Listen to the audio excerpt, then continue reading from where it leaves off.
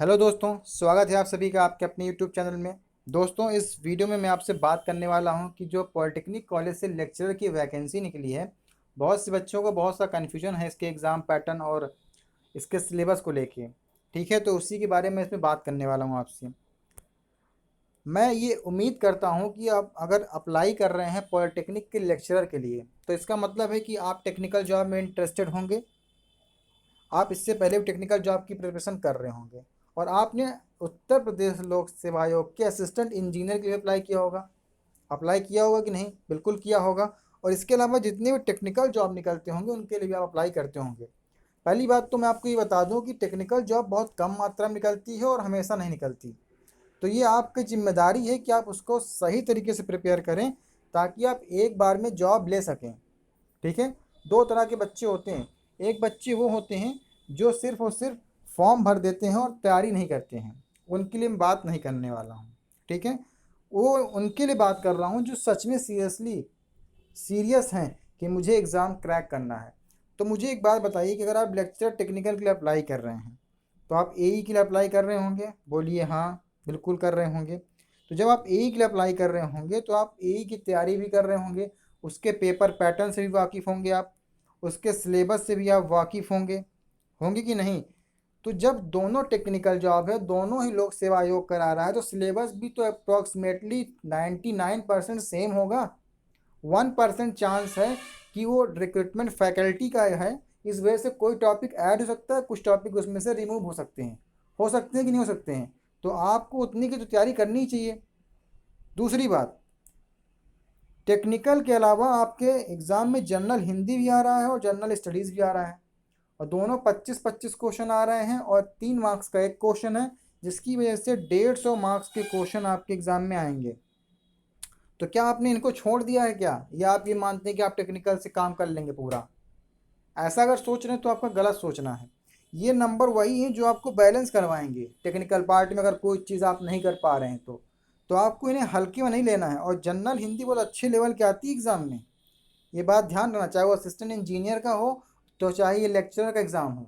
हिंदी अच्छे नंबर की आएगी। आपको छंद, अलंकार, समास, संधि, उपसर्ग, प्रत्यय ये सब सीखना पड़ेगा।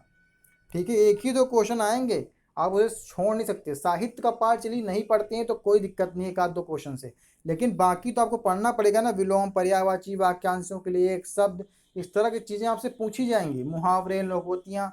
तो आपको ये सब तैयार करना पड़ेगा। एक अच्छी हिंदी बुक ग्रामर की लेकर उसे तैयार रखिए। ठीक है, एक एक नंबर एग्जाम में इंपॉर्टेंट होता है। दूसरी चीज़, जनरल स्टडीज़ के लिए आप लूसेंट को प्रेफर कर सकते हैं।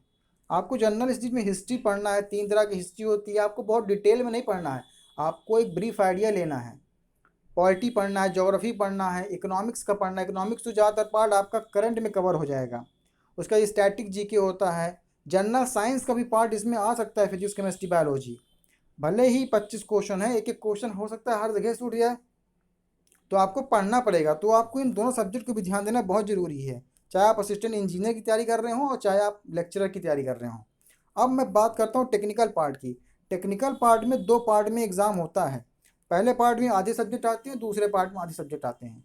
इसी तरीके से सभी अलग अलग स्ट्रीम्स का होगा। मैं यहाँ पे मैकेनिकल इंजीनियर्स वालों को बताने जा रहा हूँ। तो अगर आप मैकेनिकल इंजीनियर हैं तो ये वीडियो आगे देखिए, अदरवाइज अदर ब्रांच वाले स्किप कर जाएं और अपनी तैयारी अपने ब्रांच के अकॉर्डिंग ज़रूर करें। एक बात और, अगर आपको जनरल हिंदी में कोई बुक समझ में नहीं आ रही तो आप कमेंट कीजिएगा, मैं उस बुक का नाम बताऊंगा कि किसको आप पढ़ सकते हैं।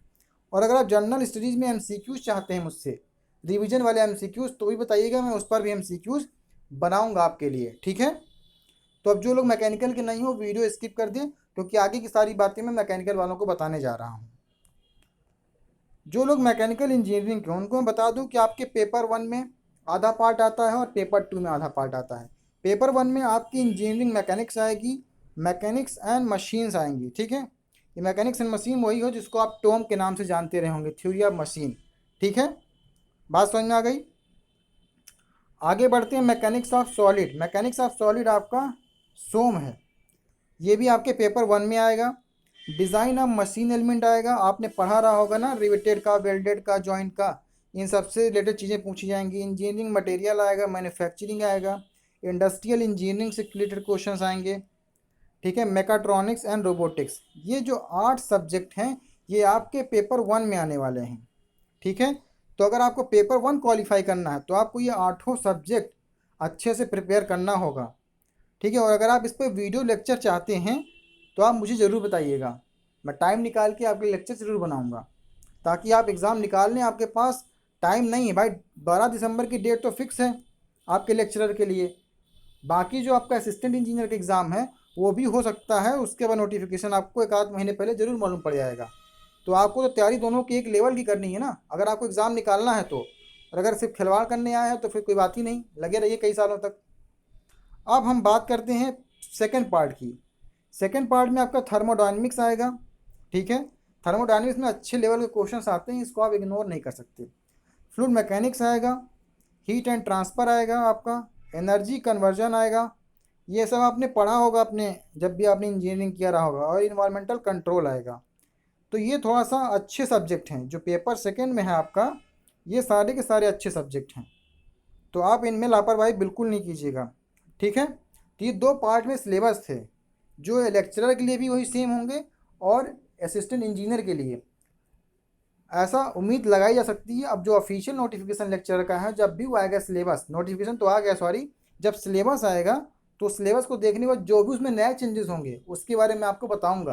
लेकिन तब तक आप सिलेबस का वेट मत कीजिए, अपनी तैयारी में लगे रहिए। और अगर आप मुझसे कोई हेल्प चाहते हैं तो ज़रूर कमेंट करके बताइए इस वीडियो में कि हाँ आप मुझसे इस तरह की हेल्प चाहते हैं, ताकि मैं आपकी मदद कर सकूँ, गाइड कर सकूँ, ताकि आप एग्ज़ाम क्रैक कर सकें, टाइम आपका वेस्ट ना हो। ठीक है, मैं इसीलिए बहुत छोटी वीडियो बनाता हूँ ताकि आपका समय बहुत कीमती है, समय आपका बेकार ना होने पाए। तो यह वीडियो कैसा लगा आपको मुझे कमेंट में ज़रूर बताइएगा। ठीक है, मिलते हैं अगले वीडियो में, तब तक के लिए थैंक यू वेरी मच।